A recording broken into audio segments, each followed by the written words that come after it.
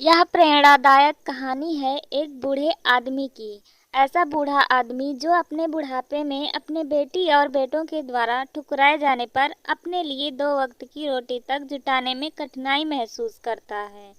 फिर भी वह हिम्मत करके होलसेल की दुकान से अपने पास पड़े चंद रुपयों की पेनें खरीदता है और बस स्टॉप पर जाकर एक जगह बैठकर उन्हें बेचने की कोशिश करता है। बूढ़ा दिन भर पेन बेचते बेचते थक जाता है, लेकिन उसकी ज़्यादा पेन नहीं बिकती है। फिर भी वह उसी जगह सो जाता है जिस जगह वह बैठकर पेनें बेच रहा था। बूढ़ा जहाँ सोया था वहीं पर अपना पेन का कटोरा भी रखा होता है।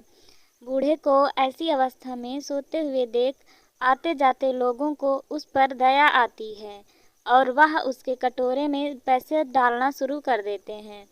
जब बूढ़ा जागता है तो देखता है कि उसकी पेन एक भी नहीं कम हुई है और उसके कटोरे में काफ़ी सारा पैसा जमा है।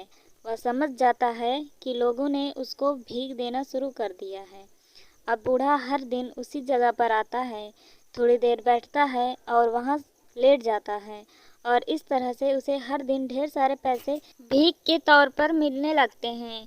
कई दिन बीतने के बाद जब बूढ़ा उसी जगह अपने उसी कटोरे में पेन रखकर बिना कुछ बोले बैठा होता है, तब एक यंग बिजनेसमैन उसको देखकर उसके कटोरे में 50 रुपए डालता है और अपने बस में बैठ जाता है। कुछ सेकंड बाद उस बिजनेसमैन को क्या सोचता है पता नहीं कि वह बस से नीचे उतरता है, उस बूढ़े के पास आता है, उस कटोरे से कुछ पेन उठाता है और उसे कहता है कि इस पेन की कुछ कीमत है और मैं आपको कीमत देकर यह पेन ले रहा हूँ। आखिर आप भी एक बिजनेसमैन हैं और मैं भी। इतना कहकर वह फिर से अपने बस में बैठ जाता है और वहाँ से बस चली जाती है। उस यंग बिजनेसमैन की बातें जैसे बूढ़े के दिल में उतर जाती हैं। उसकी बातें दिन रात अब उस बूढ़े के दिमाग में घूमती रहती हैं। 2 साल बीत जाते हैं। एक दिन वह यंग बिजनेसमैन एक जगह पर उस बूढ़े को दिखता है। बूढ़ा आदमी उसके पास जाता है और उसे कहता है, आपने मुझे पहचाना? शायद आप भूल गए होंगे, लेकिन मुझे आप अच्छे से याद हो। बिजनेसमैन कहता है, आपकी याद दिलाने पर मुझे थोड़ा थोड़ा याद आ रहा है। शायद आप वही बूढ़े आदमी हो जो कभी उस बस स्टॉप पर बैठकर भीख मांगा करते थे, लेकिन आज तो आपका अंदाज ही कुछ बदला हुआ है। आप सूट बूट में टाई पहनकर यहाँ क्या कर रहे हैं?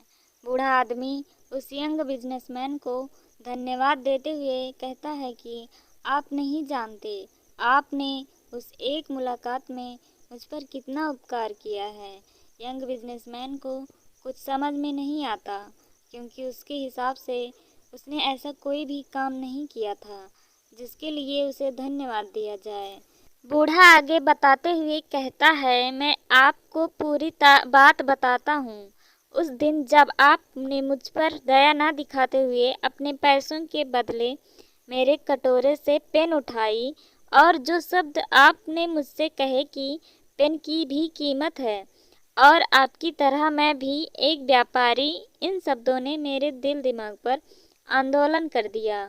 उस दिन से मैं सोचने लगा कि मैं यह क्या कर रहा हूँ। मैंने ज़िंदगी भर कड़ी मेहनत करके अपना और अपने परिवार का पेट पाला था, तो फिर मैं इस उम्र में कैसे हार मान सकता हूँ। मैं उस दिन से तुरंत उठा। मैंने घूम घूम कर सारी पेन बेच दी और अगले दिन से मैंने पेन के साथ कॉपी और बुक्स भी बेचना शुरू कर दी। मैंने शुरू के 6 महीने काफ़ी मेहनत की और अपने बेचने की चीज़ें बढ़ाता गया और सिर्फ 6 महीने में मैंने स्टेशनरी की दुकान डाल दी। मेरे अंदर जो मेहनत करने की लगन आपने पैदा की थी, उसकी वजह से मैं इतने पर ही नहीं रुका। मैं स्टेशनरी में भी काफ़ी मेहनत करता था और मैंने कई सारी स्टेशनरियाँ खोल ली और आज मैं शहर का सबसे बड़ा स्टेशनरी का थोक व्यापारी हूँ। उस यंग बिजनेसमैन को उस बूढ़े आदमी की सफलता देखकर बहुत खुशी हुई। उसने बूढ़े आदमी को गले से लगा लिया और उसे कांग्रेचुलेशंस कहा। दोस्तों, दुनिया क्या सोचती है इससे कुछ भी फ़र्क नहीं पड़ता है। फ़र्क पड़ता है आप अपने बारे में क्या सोचते हो। अगर आप अपने आप को कमज़ोर मानते हो, आप सोचते हो कि आप कमज़ोर हो, तो आप कमज़ोर हो जाते हो। अगर आप अपने आप को ताकतवर और सक्षम मानते हो, तो आपको सक्षम होने से, सफल होने से दुनिया की कोई भी ताकत नहीं रोक पाती है।